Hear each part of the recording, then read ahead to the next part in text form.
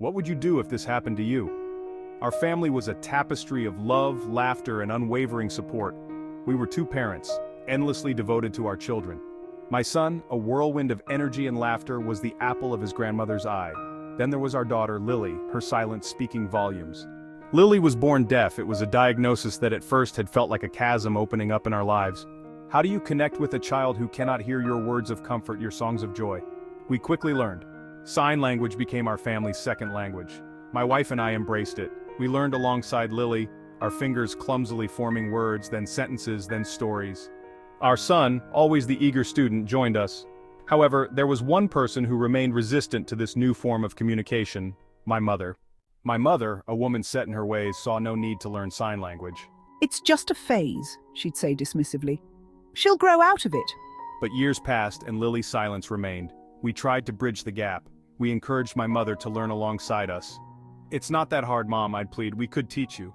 But her stubbornness was a wall we couldn't seem to break down. The silence between my mother and Lily was deafening. It hung heavy in the air, a constant reminder of the disconnect.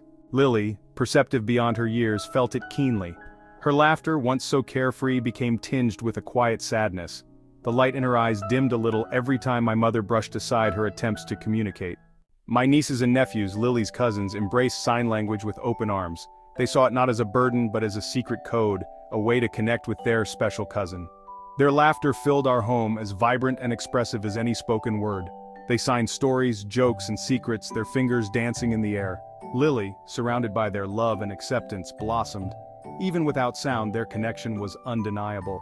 It was a testament to the power of language, in whatever form it took, to bridge gaps and foster understanding. My mother, however, remained untouched by this transformation. She sat on the periphery of their world, a silent observer to their joyful noise. Sunday dinners at my mother's house were a tradition.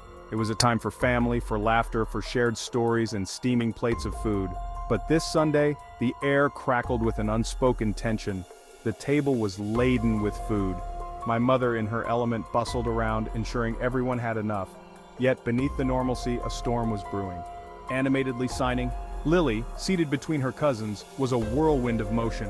Her hands flew, her expressions animated as she recounted a story from school. My nieces and nephews, fluent now in her silent language, hung onto her every word. My mother, at the head of the table, watched them with a critical eye. The clinking of forks against plates was the only sound that dared to break the silence. The storm broke during dessert. As Lily animatedly described a school play using sign language, my mother slammed her hand on the table. "Enough!" She boomed, her voice sharp and loud. The room went silent. All eyes turned towards her. "It's rude, all this waving your hands.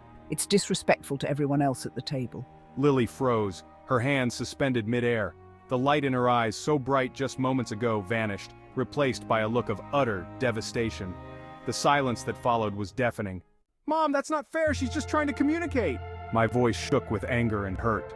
My wife, her face thunderous, put a comforting arm around Lily, who had shrunk into herself, her shoulders shaking with silent sobs. "She should learn to talk properly, like everyone else." My mother retorted, her voice unwavering. What followed was a blur of anger, hurt, and recriminations. Voices were raised, tears were shed. The idyllic facade of our family dinner lay shattered, like a plate dropped on a stone floor. We left soon after, the car ride home thick with a heavy silence. Lily sat huddled in the back seat, her tears a silent indictment of a grandmother's cruelty. That night, as I lay awake, haunted by the image of Lily's heartbroken face, I knew things would never be the same. My mother, in her refusal to accept Lily's silence, had shattered more than just our family dinner. She had broken her granddaughter's heart. My wife and I have decided not to attend Sunday dinners for the time being. My family thinks we're being a little harsh, that Mom just needs education and time, but my daughter is a teen. Mom has had plenty of time, in my opinion. What do you think? Am I wrong for not attending dinners going forward? Drop your thoughts in the comments.